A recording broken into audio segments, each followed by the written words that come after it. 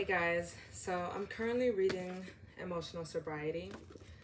So I figured I should practice reading out loud.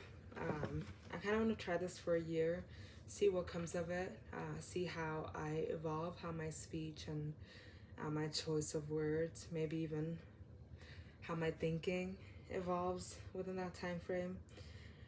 So we're just going to start today. I'm reading Codependency Revisited, chapter 13. So we're just going to read that chapter together. I wanted to call it Codependent, not so much. The publisher said it would never sell and suggested Codependent no more, which is obviously impossible on a practical level. Sometimes in recovery, we have to bow to the demands of accounting. Melody, Beatty.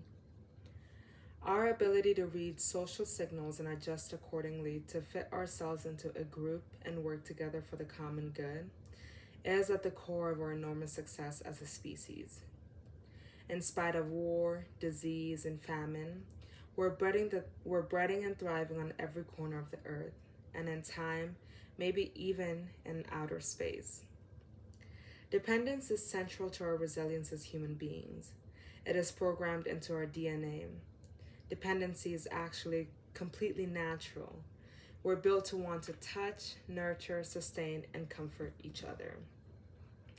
Our biology is, in fact, programmed to flood with feel-good chemicals when we connect and nurture, and with stress chemicals when we rapture that secure connection. We run into tricky territory then when and if we pathologize our natural need to depend. America's constant preoccupation with rugged individualism and perhaps even aspects of the codependency ideology may inadvertently have given dependency a bad rap. This was, however, never the original intention of the codependency movement. A bit of history.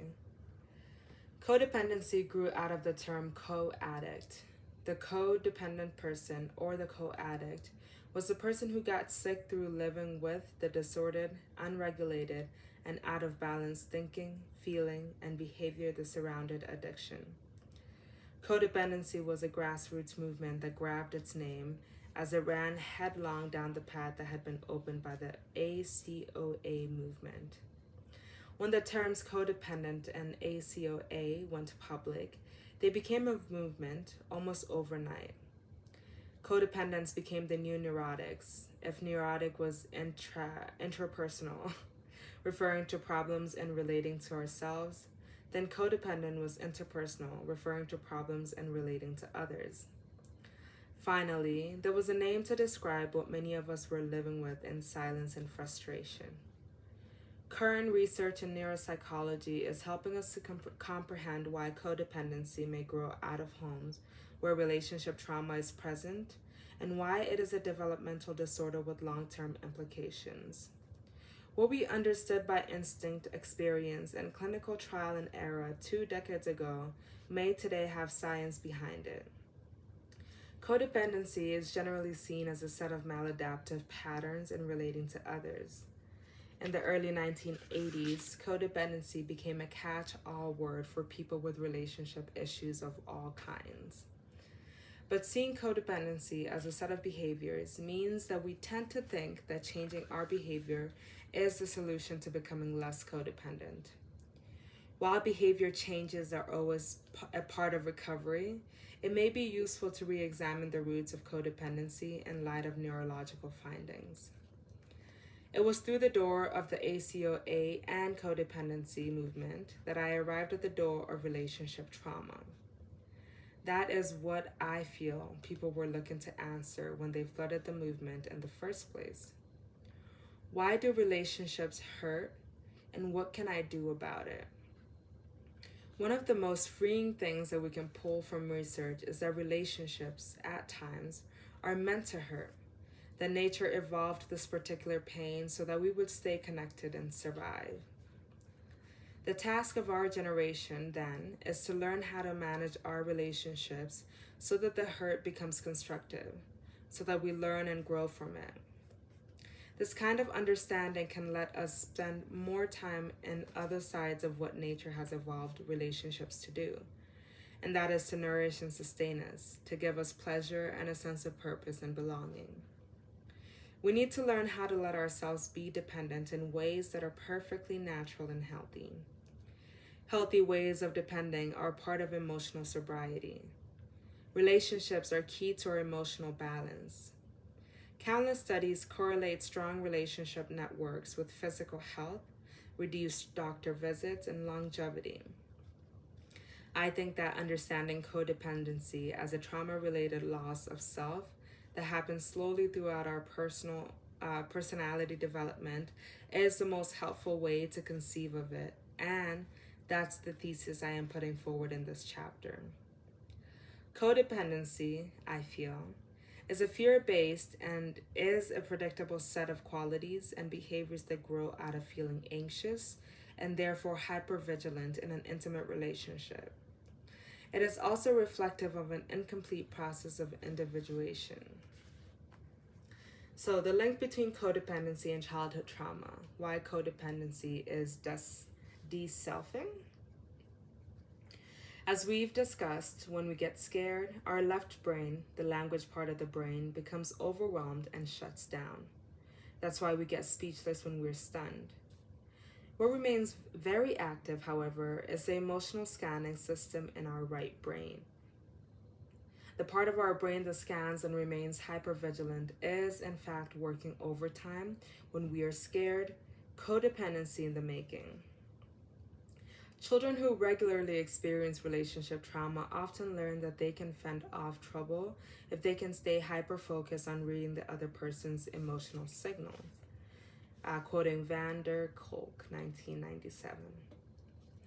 They become very adept to reading other people's moods, often to the exclusion of their own. They become more in touch with what those around them are feeling than what they are feeling. They become habitually outer focused and may lose touch with what is going on inside of them. But here's the key. The very fact that when frightened, we lose access to our thinking function, where we integrate our emotions, think them through, and consolidate our sense of self, is why being in a constant state of fear interferes with our ability to develop a sense of self.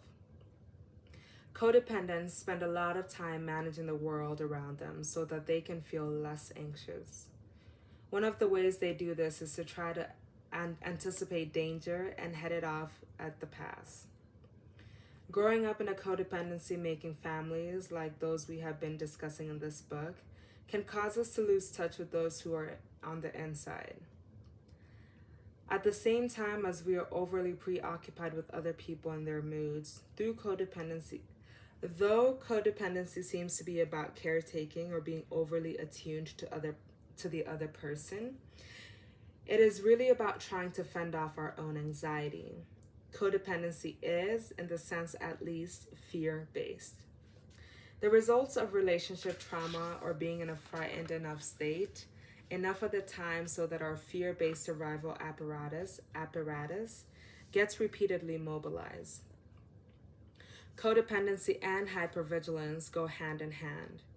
For this reason, traumatized people can be thoughtful of therapists and other attachment figures.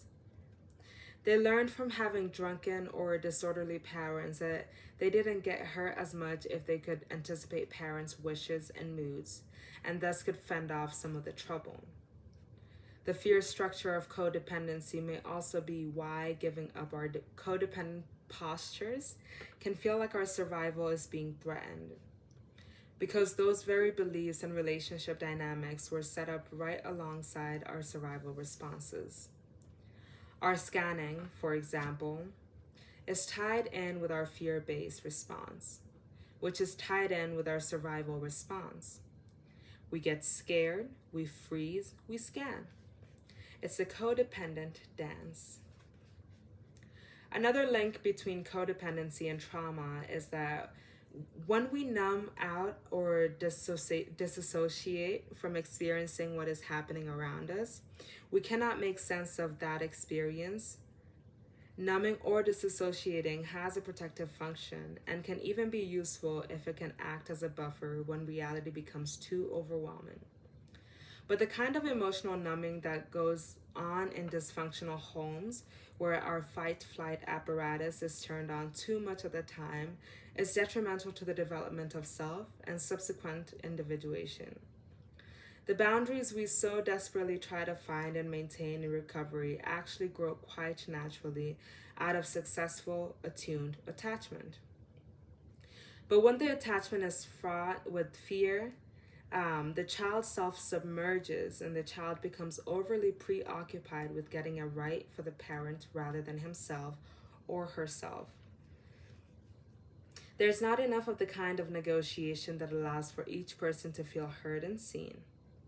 The child is not free to explore, to be, to feel what he is feeling and work his little way into a new state. His energy gets devoted to strategies for pleasing or placating. I'm not sure how to enunciate that. Those who are in charge of his young life rather than exploring his own reactions so that he can better understand himself, or negotiating so that he can learn useful strategies and styles of relating. This constant outer preoccupation and hypervigilance is codependency making. It is deselfing because the parent's mood take up all the oxygen. It can also create a sort of sibling competition because the first concern becomes reading the parents' moods rather than interacting as a family. The focus is hierarchical,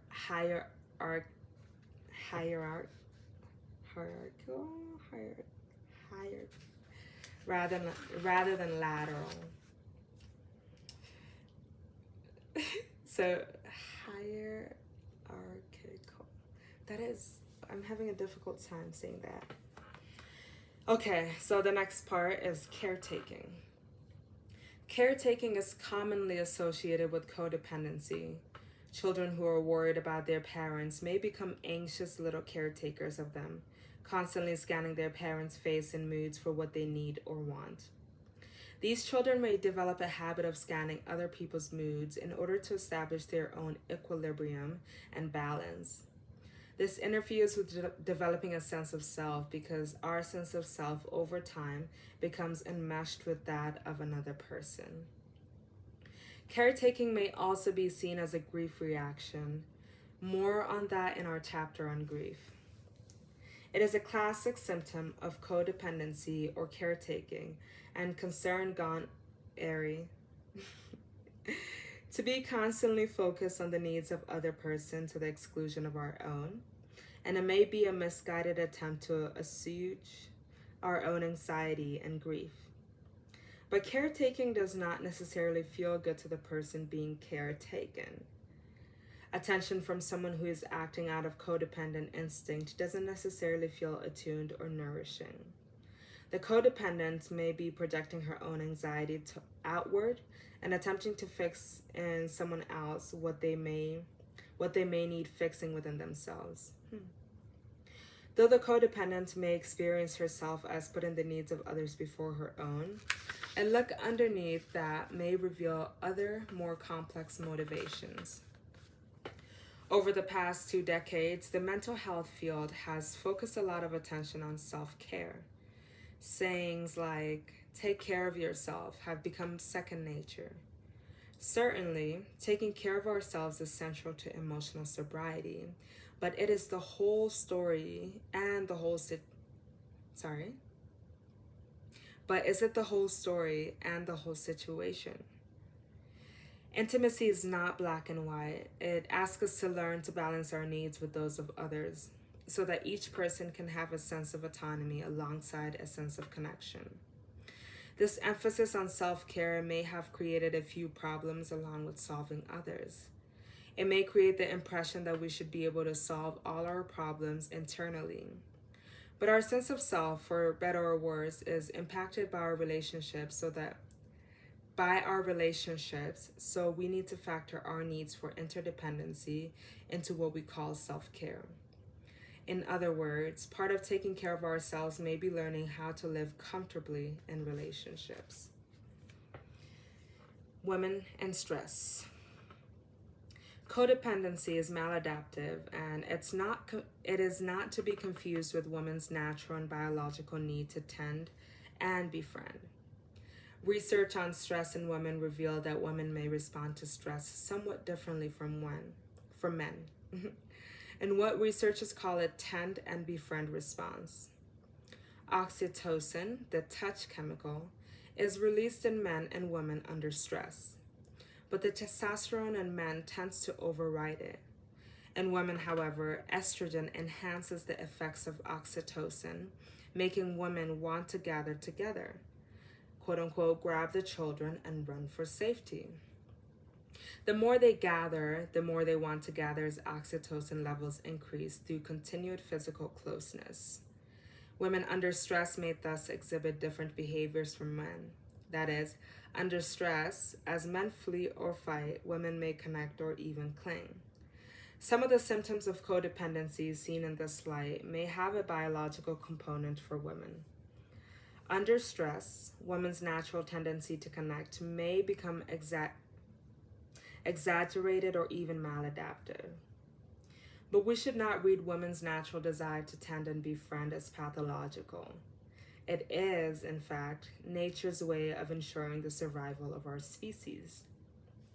Real codependency represents a loss of self and an outer focus that is somewhat maladaptive. Women are wired for relationships, which is a wonderful thing. Relational connection at its best allows for each person to become connected with the other while retaining a sense of self. This sense of correlatedness is inborn in women and very much represents a feminine strength. It is when it becomes maladaptive and fear-based in women or in men that it creates identity problems and throws our relationships out of balance. Even though it appears to grow out of care and concern for others, codependent behaviors is not really in the person's best interest any more than it is in the codependent's best interest. Fear-based relating doesn't really serve anyone well. In her book, The Female Brain, Luann Brizendine, 2006, describes the unique characteristics of the brains of women. Developing girls are wired for connection and relationships. During the early years of a little girl's development, her brain is soaked in estrogen while the brains of the male counterparts are soaked in testosterone. This biological makeup subsides during the middle years and then comes into play again in adolescence when estrogen and testosterone take over the brain of their respective sexes. Little girls are born with a particular ability to read faces, vocal tones that little boys miss. Any mother who has raised each sex can make this observation. When Marina was a little girl, I could show her how to pick up glass or china objects. Look at them, touch them, and put them back in place unharmed. Baby-proofing was unnecessary. She read the expression on my face and the tones in my voice, understanding intuitively what I expected of her because of her ability to read tone and expression. Imagine my surprise when, upon showing Alex exactly the same thing as I had shown Marina, he grabbed my precious glass bird around its neck, and I caught it just as he was leaning back and heaving it across the room. Alex was clearly wired for different kinds of activities. Codependency, then, if we take recent research into account, may be influenced by both relationship trauma and gender.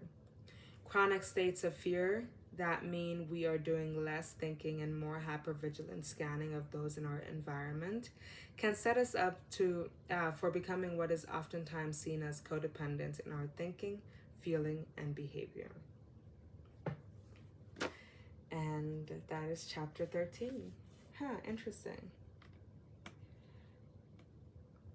I wish she would go into more detail on what she means by codependency is influenced both by relationship trauma and gender. I get the example that she gave, but